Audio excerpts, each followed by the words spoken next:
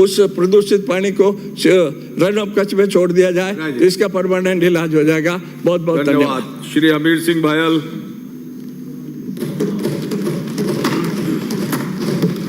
माननीय सभापति महोदय, अनुदान मांग संख्या 42 व 45 पर बोलने का अवसर दिया, इसके लिए धन्यवाद।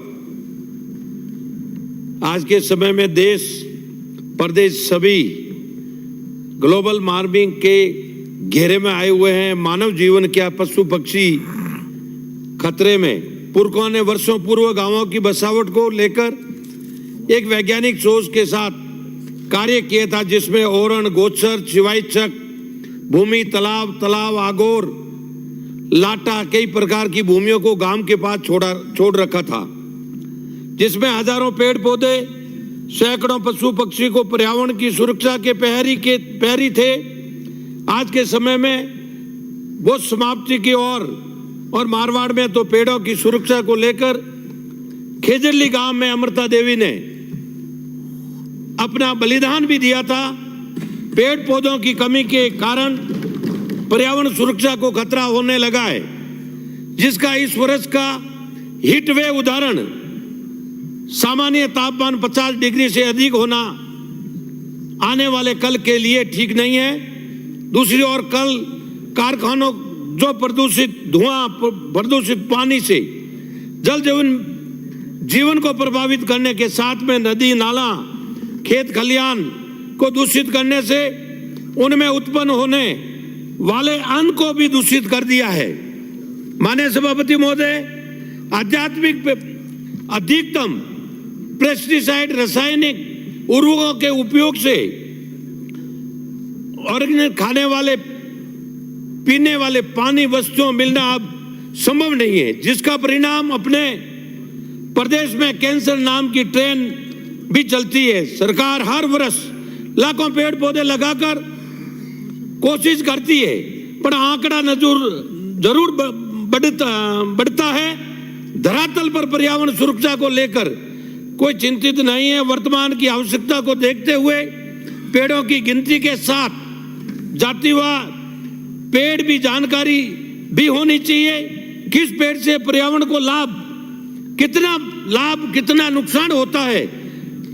पेड़ों को लगाने को लेकर जियो टैग होने के साथ में लगाने वालों की जिम्मेदारी भी होनी चाहिए, ताकि पेड़ सुरक्षित रह सके।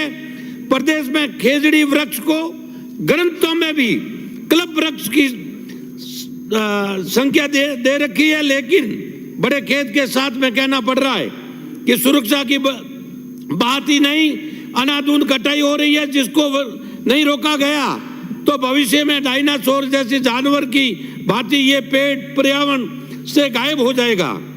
अभी हम कोरोना का ऊपर सामान्य जीवन जीने की पटरी पर ही आए हैं। ऑक्सीजन की कमी हमने अपनी नजरों से देखी है।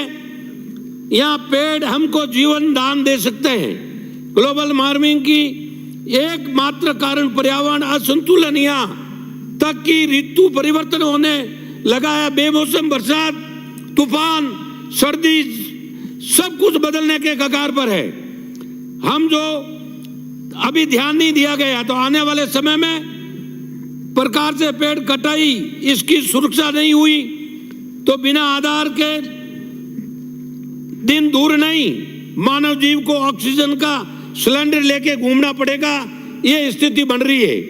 माननीय सभापति महोदय, मैं माननीय मंत्री जी का ध्यान दिलाना चाहूंगा कि हमारी नैड़ा बांध स्वर्गीय भैरू सिंह जी शेखावत के समय में किसानों के लिए पेयजल के लिए बना था।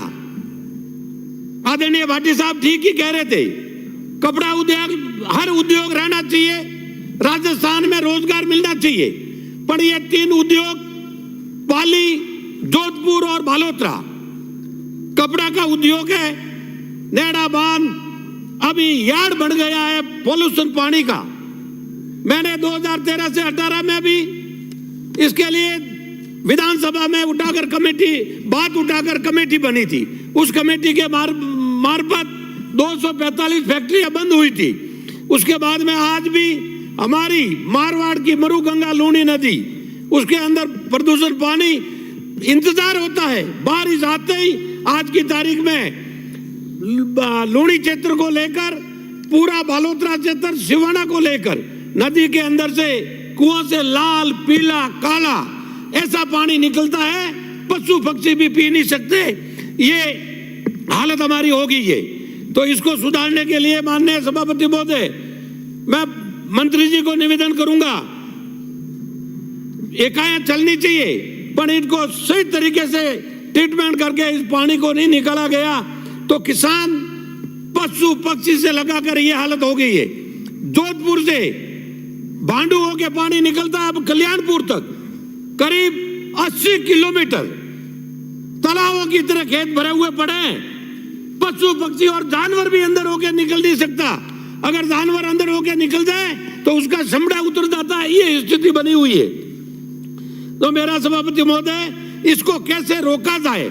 उद्योग बंद नहीं हो, पर किसान, पशु पक्षी और किसानों के लिए इस पानी को जब तक 3 जगह की इकाइयों को सही तरीके से ट्रीटमेंट प्लान के मार्फत अगर कार्य नहीं हुआ तो ये वीरान हो गया है।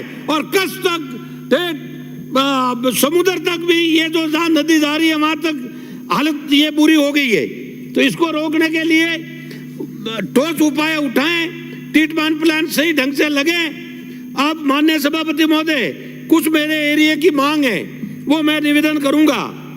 माननीय सिवाना उपखंड मुख्यालय पर वर्षों से बने सहायक अभियंता कार्यालय, जल संसाधन के कार्यालय भवन और आवासीय क्वार्टर निर्माण की मांग है।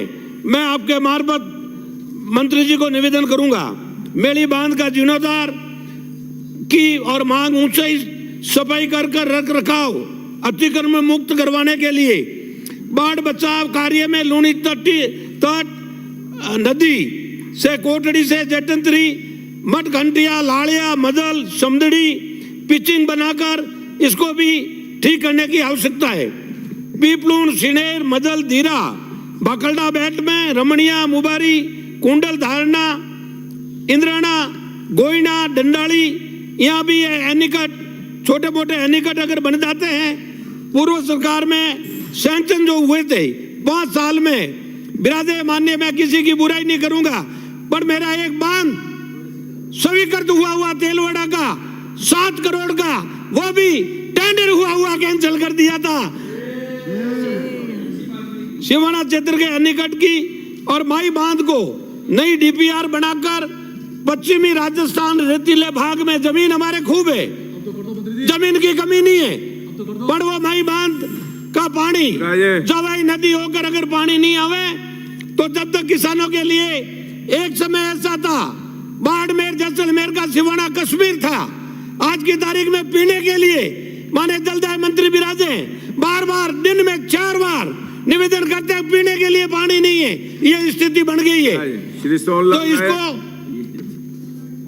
मेहरबानी करके डीपीआर बनाकर भाई बांध को भी जोड़ा जाए आगे। माननीय सभापति महोदय, माननीय सभापति महोदय, 1 मिनट लूंगा, 1 मिनट। माननीय सभापति महोदय, जो पर्यावरण मंत्री जी से हमारी अरावली श्रृंखला पंच तीर्थ नाम से जानी जाती है। हल्देश्वर महादेव मंदिर जो वन भूमि मिनी माउंट के बराबर इतनी ऊंचाई पे है और इतना एरिया है, उनका विकास के लिए इको टूरिज्म के तहत विकास कार्य करवाने की मांग, और वह आपके मार्फत मंत्री जी को निवेदन करूंगा, अरावली क्षेत्र में कैंपो फंड में बांध और एनीकट बनाकर अगर वहां बढ़ जाके अच्छा माननीय सभापति महोदय, तो काफी वन क्षेत्र मांग संख्या 42 एवं मांग संख्या 45 पर पहाड़ी एरिया को वन विभाग आपने बोलने का समय दिया, इसके लिए आपका बहुत बहुत धन्यवाद। 1 मिनट। माननीय सभापति महोदय, आबादी बची हुई है जिसको नियमित, माननीय सभापति महोदय, वन क्षेत्र के विकास हमारा हनुमानगढ़